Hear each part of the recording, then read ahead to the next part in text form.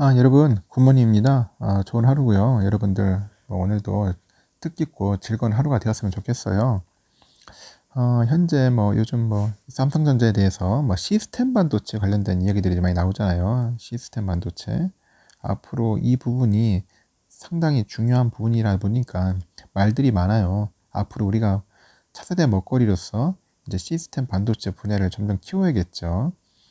지금까지 보면은 TSMC가 거의 독주하다시피 했는데, 이제는 제가 볼 때는 우리 삼성도 이 부분에 대해서는 빨리 그 파이를 키워야겠죠. 지금 TSMC가 거의 한 56에서 57 정도 되는 것 같더라고요. 점유율이. 저희가 삼성전자가 볼 때는 빨리 한 절반 이상은 따라가야 합니다. 한 30%까지는 따라가야지만이 그래도 안정적인 그 수익을 창출할 수 있을 것 같아요. 그래서 이 분야가 상당히 중요함을 절실히 깨닫고 있어요. 전 세계적으로도. 그러다 보니까 이제 결국은 이제 반도체 전쟁이 나오는 겁니다. 반도체 전쟁.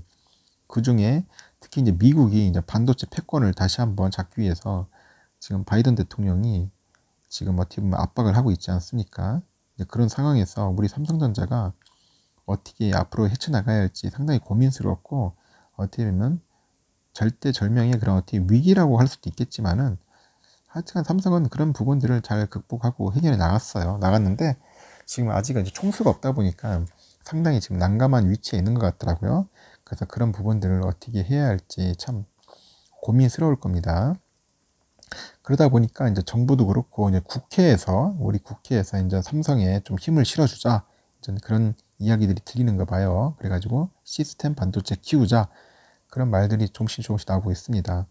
그에 관련된 기사도 한번 보면서 여러분들에게 간략하게 한번 설명을 해드릴게요. 현재 아까 말한 것처럼 미중 간의 반도체 전쟁이 이제 불붙고 있어요. 그 가운데 우리 국회가 이제 국내 반도체 산업을 보호하기 위한 한 정책적 지원에 이제 본격 돌입을 하는 겁니다. 그래서 당정이 이제 반도체 지원 특별법 제정 의지를 내비친 가운데, 야당도 이제 시스템 반도체 육성 관련 법안을 내놨습니다. 그 조 바이든 미국 대통령이 반도체 패권 탈환을 선언한 이후에 여야가 이제 경쟁적으로 이제 반도체 지원책을 내놓고 있는 거예요. 그래서 20일에 정치권 따르면은 국회 산업통상자원벤처 중소기업위원회라고 있어요. 그 산자위 소속 같은데, 거기에 구작은 의원이 최근 그 반도체 집적 회로의 배치 설계에 관한 법률 일부 개정 법률안을 발의를 했습니다. 이 법안은 그 산업통상자원부가 국내 팹리스를 집중 육성하는 데 초점을 맞춘 거예요. 그 팹리스를 반도체 설계 재산으로 규정을 하고요. 정부가 이제 3년마다 육성해가지고 기본 계획을 세우는 동시에 그 R&D죠. 연구개발, 그 관련 다양한 사업을 이제 추진하도록 하고 있습니다. 그래서 특히 이제 반도체 설계재산 전문 인력 양성기관 지정이 있고요. 그리고 반도체 설계재산 전문기업 지정이 있습니다. 그리고 반도체 설계재산진흥센터 등을 지정을 해가지고 각종 행정적이나 재정적 지원 근거를 이제 마련을 한 겁니다. 그래서 팹리스만을 대상으로 한 법안 발의는 이번이 처음이에요.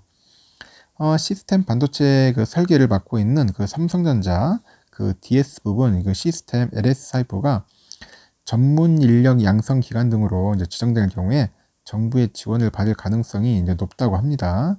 최근 산업부는 2년간 반도체 인력 4,800명을 이제 공급하기로 발표를 했어요. 그래서 이와 맞물려 가지고 이제 시너지 효과가 이제 기대가 되는 겁니다. 그 구작은 위원은 글로벌 상위 50이죠. 50이 그 팹리스 기업 중에 우리 기업은 단 한 개도 없다고 하네요. 단 한 개도 없고 시장 점유율도 1%에 그치는 수준이라면서 메모리 반도체에 편중된 그 국내 반도체 산업 불균형을 해소하는 차원에서 그 성장성이 높은 그 시스템 반도체 육성이 절실하다, 이렇게 설명을 하고 있습니다. 그리고 더불어민주당에서도 21일 날 반도체 대응 준비 특별위원회를 공식 출범했고요. 그래서 반도체 지원 특별법 제정에 착수를 하고 있습니다. 여기에는 특위위원으로는 이원욱, 홍익표, 김병욱, 김병주, 오기영 이런 의원들이 잠정 확정됐다고 하네요. 특위는 미국의 그 칩스 포 아메리카 액트라고 하죠. 그 미국 내 그 반도체 공장의 보조금 100억 달러, 약 11조 2천억 정도 됩니다.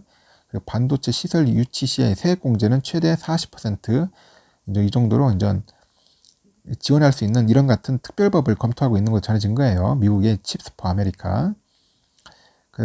지금 전해지고 있고, 4월 7일 그 재보선 참패 후에 이제 일대 반전을 노리는 여당은 이제 경제 살리기 이슈는 물론 반기업 정당 이미지 해소까지 기대하는 분위기로 가고 있습니다.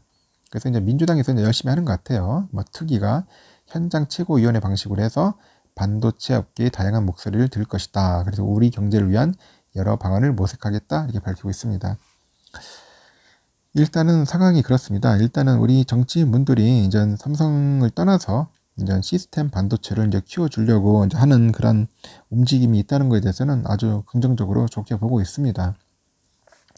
잘 아시겠지만은 이 반도체 전쟁에서 살아남기 위해서는 어쩔 수 없어요. 지금 정부, 뭐 정치권, 그리고 산학 쪽에 서로 이렇게 잘 협동을 해가지고 이제 키워나갈 수밖에 없는 거죠. R&D도 열심히 좀 개발해야 돼요. 연구 개발도 소홀히 해서는 안 돼요. 소홀히 해서는 되고, 그리고 또한 인재가 중요해요. 인재. 우리 인재 양성을 엄청 부지런히 해야 할 것 같아요. 지금 반도체를 만들려고 하더라도 뭐 만들 사람이 없어가지고 뭐 지금 난리지 않습니까? 이 반도체를 뭐 다룰 수 있는 사람들이 있어야 하는데, 연구 인력이 있어야 하는데 없어요. 그러다 보니까 지금 그 관련된 뭐 학교나 대학교나 뭐 연구 기관들을 만들어 가지고 자꾸 양성을 해야 할 것 같은데, 이제 그 부분에 대해서도 상당히 좀 약간 늦은 감이 있지 않나 하는 생각이 듭니다.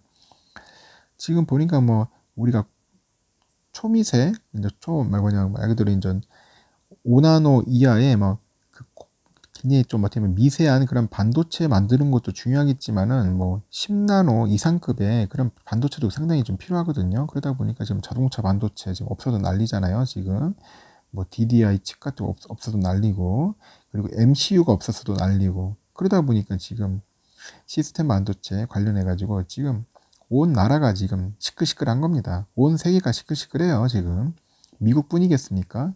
중국은 계속 사재기 한다고 난리죠. 유럽도 자기들도 지금 피해가 크니까 유럽에서도 이제 뭐 자체적으로 반도체 만들겠다고 난리고요.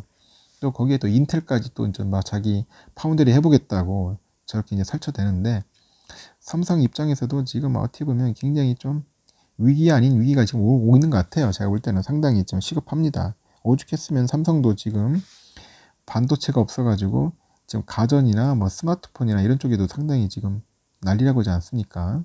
있어야 뭐 물건을 만들고 판매를 할 수 있으니까요. 이렇든 제가 볼 때는 반도체 지금 이렇게 소홀히 할 게 아닌 것 같습니다. 어떻게 쓰든지 정부나 정치권이나 우리 뭐 대학교나 뭐 모든 주위에 있는 인프라들이 똘똘 뭉쳐가지고, 기관들 똘똘 뭉쳐가지고 어떻게든지 잘 이겨나가야 할 것 같습니다. 이 상황을 이겨나가야지만이 우리가 향후 반도체 강국으로서 살아남을 수 있지 않은가 하는 생각이 들어요. 지금 메모리 반도체는 지금 그래도 잡고 있지만은 이 메모리 반도체도 방심하다가 또 뺏길 수도 있습니다. 그리고 더욱이 이제 시스템 반도체도 더 신경을 써야겠다. 그래서 앞으로 우리 정치권에서 많이 도와줘가지고 우리 시스템 반도체 잘 키워가지고 삼성이 좀 더 이렇게 성장할 수 있는 그런 기회가 되었으면 좋겠습니다. 하여튼 이 관련된 뭐 기사가 있어서 여러분들에게 잠시 알려드리고 영상 마치겠습니다.